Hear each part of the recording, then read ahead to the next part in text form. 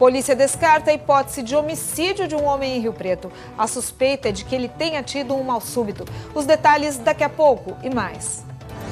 Cidades paulistas registram crescimento significativo no consumo de crack. Segundo as autoridades, o problema está relacionado diretamente ao aumento da criminalidade. Em Guararapes, os moradores que impedem o trabalho de agentes de saúde no combate à dengue têm que responder criminalmente. A cidade já tem mais de 30 casos registrados só este ano. E a preocupação das autoridades agora é com o surgimento do vírus tipo 2 da doença. A tarifa branca é uma opção de economia para quem consome pouca energia e em horários alternativos. A nova tarifa começou a valer este mês. E tem orientação para quem vai viajar. Quem costuma levar a família toda, inclusive o bichinho de estimação, precisa ficar atento aos itens de segurança. Transportar animais de forma irregular pode gerar multa. É agora, no SBT Interior.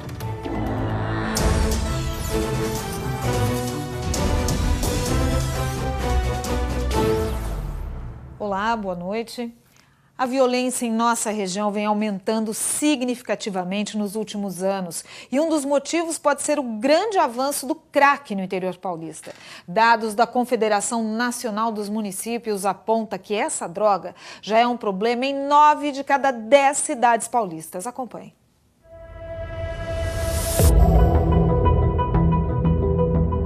Em ruas e avenidas, adultos, jovens e até crianças são flagradas diariamente usando e vendendo drogas. Uma delas, o crack. Foi amor à primeira vista e eu estou até hoje tentando se livrar dele. Tenho as minhas recaídas, tenho os meus momentos de ficar bem. E é essa a droga.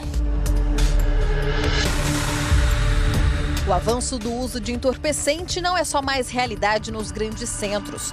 Nas cidades do interior, a substância é responsável por destruir vidas. 44 anos, todas essas pessoas que, na minha época, os que não estão mortos estão presos. É poucos que estão vivos. A maioria está morto, o que não está morto está preso. São poucos que sobrevivem bastante tempo nesse mundo. Que é um mundo que só vai. Voltar é difícil. Recentemente, um mapeamento feito pela Confederação Nacional dos Municípios, publicado no Observatório do Crack, apontou que esse tipo de droga está presente em 9 a cada 10 cidades paulistas. Em 30% dos municípios do estado de São Paulo, o índice de circulação do crack é considerado alto. Em 40%, o consumo é considerado médio. E em apenas 17% das cidades, a circulação da droga é baixa. No noroeste paulista, na região de Araçatuba, o crack também se alastra rapidamente. Segundo a pesquisa, além da cidade, em todos os 43 municípios há algum nível de consumo da droga. Em 28%, esse índice é considerado alto. Em 42% das cidades, a presença do crack é mediana. E a circulação baixa do entorpecente só é encontrada em 25% das cidades. O avanço da droga reflete diretamente nas clínicas de recuperação. Se antes a maioria dos pacientes eram dependentes de álcool, maconha e cocaína, hoje a realidade é outra. Agora é o crack, a droga mais usada entre eles. Atualmente, o crack, por ser uma droga assim, muito barata e que tem todas as misturas que não se sabe o que, tornou-se algo assim uma oferta muito grande e é lamentável, porque nós vemos assim, até crianças, adolescentes, jovens, adultos, idosos estão se vinculando à dependência do crack. O que os ex-usuários em tratamento contam sobre o crack impressiona. Cheguei a usar muito, de verdade. Cheguei a fazer avião para Bolívia, para usar crack. Eu vendi os bens que eu conquistei, sabe? Cheguei ao fundo do poço. E quando não tinha mais nada, eu ainda pratiquei alguns pequenos furtos. Segundo este juiz, a criminalidade nas pequenas cidades do interior está diretamente ligada ao consumo do crack. Ela começa a vender as coisas da casa, depois ela não consegue mais em casa, ela começa a furtar, do furto ela parte para o roubo, que já é violência, e muitos roubos acabam se transformando em latrocínios, acabam matando para roubar, e fora os homicídios e todos esses crimes graves que estão atormentando a nossa sociedade, amedrontando as pessoas de bem, são relacionados à droga. E para prevenir o crescimento do uso da substância, é preciso um trabalho conjunto entre população e autoridades. As pessoas têm que ficar atentas em suas casas, se perceberem mudanças de comportamento nos jovens. O poder público tem que se preparar para isso. Nós não temos, do Estado, não se tem clínicas preparadas para isso. E aí fica essa situação, a polícia combate, porque tem que combater mesmo. Nós condenamos, enchemos as cadeias de pessoas envolvidas com entorpecente, mas se ela não for tratada, recuperada no sentido psicológico, ela volta para o crime.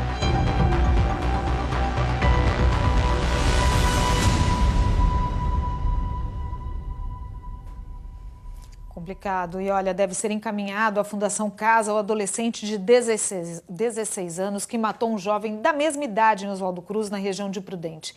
De acordo com a Polícia Civil, os menores tinham uma desavença por conta de um relacionamento amoroso com uma moça.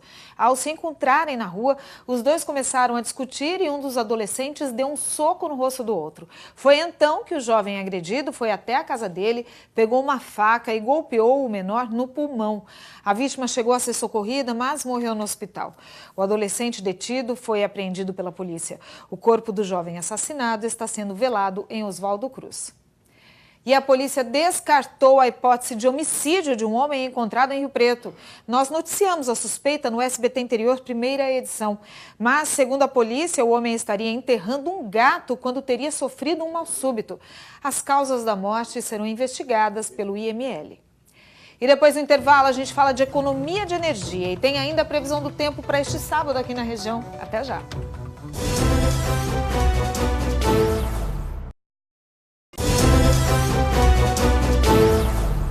E a forte chuva que atingiu a região ontem ainda tem reflexos hoje. Em Rio Preto, uma festa de colação de grau que seria realizada num salão precisou ser cancelada porque a estrutura ficou comprometida. O salão onde seria feita a cerimônia foi tomado pela água. Várias telhas ficaram quebradas e caíram no chão. As cadeiras foram arrastadas. Os cursos que iriam colar grau eram de uma faculdade particular. A instituição ainda não tem uma nova data e nem local para a cerimônia. E vamos falar do tempo, né? Olha só, sábado de muitas nuvens aqui na região, viu? E pode chover a qualquer hora do dia. Veja como ficam os termômetros.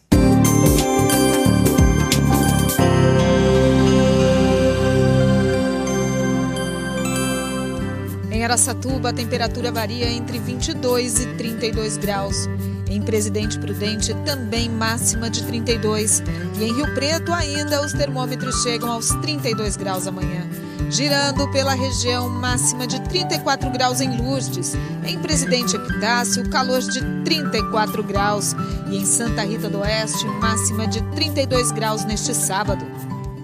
Nessa época do ano, o consumo de energia aumenta, né? Mas quem é mais controlado pode ter aí uma economia. É a chamada tarifa branca, que começou a valer agora em janeiro.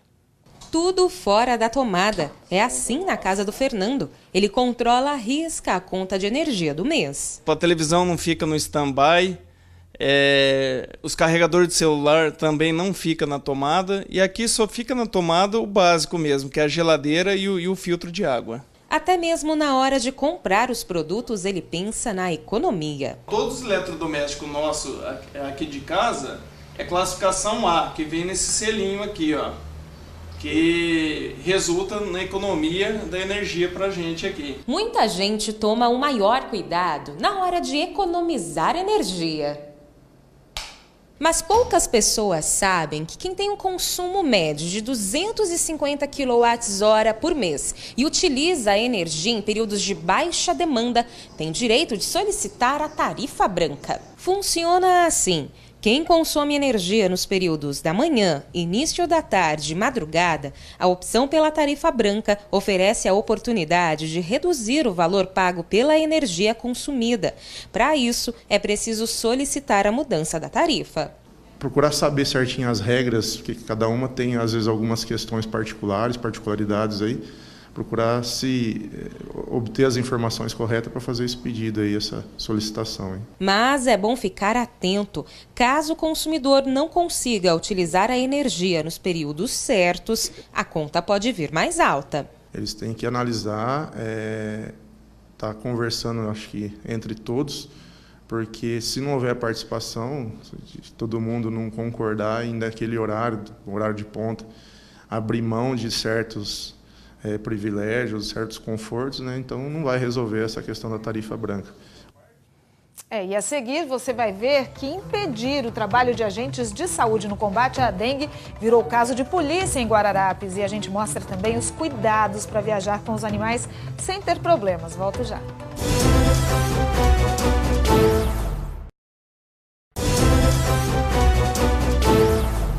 Em Guararapes, impedir a ação dos agentes da vigilância epidemiológica que realizam o trabalho de nebulização para combater o Aedes aegypti tem virado aí caso de polícia, viu, na cidade.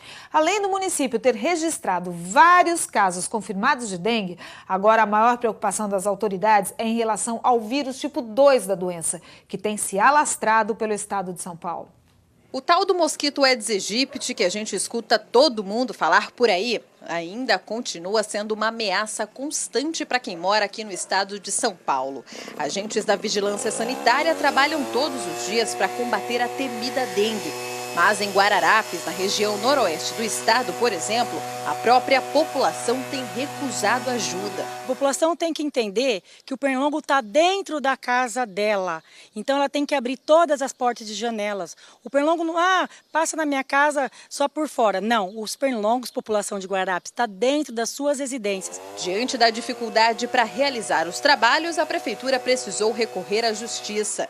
E desde o início do mês, mais de 90 casos de recusa de nebulização foram parar nas mãos da polícia. Os moradores que impedem o trabalho dos agentes assinam um termo de recusa, reconhecendo os riscos da não aplicação do inseticida no imóvel. Feito isso, a prefeitura envia os casos à polícia.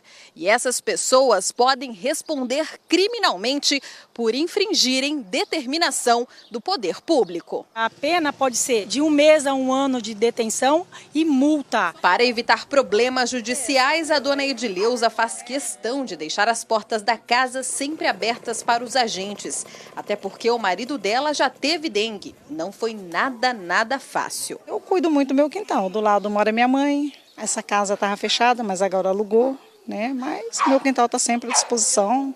A hora que a vigilância querer vir, vem. Na primeira quinzena de janeiro deste ano, foram confirmados em todo o estado de São Paulo 610 casos de dengue e nenhuma morte. Mas o alerta maior é para as regiões de Araçatuba e São José do Rio Preto, que concentram mais de 60% desses casos. O município com o maior número é Andradina, que registrou até agora 299 casos confirmados da doença.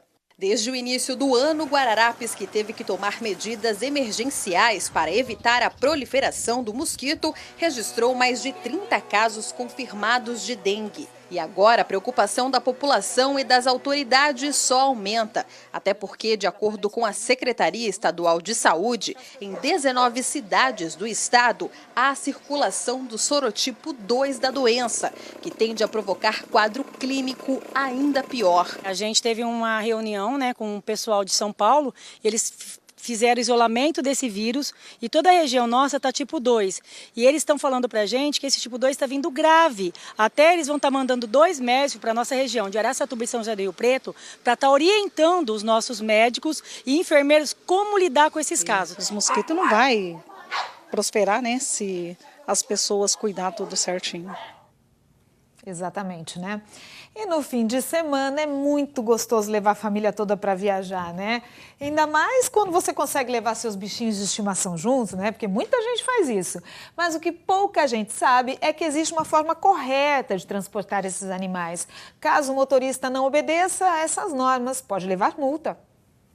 Franciele é a dona do Billy. Sempre quando vai viajar com a família, assim como cuida da segurança da filha, também fica preocupada em transportá-lo da forma adequada. é pequeno, a gente não sabe se pode viajar, como tem que viajar. Então a gente tenta ter o maior cuidado possível para a gente não ter nenhum problema, né? Quem deseja levar o bichinho de estimação para uma viagem precisa tomar alguns cuidados, tanto para a segurança do animal, do motorista e para evitar multas. Segundo este especialista, o Código Brasileiro de Trânsito determina várias medidas obrigatórias na hora de transportar os animais.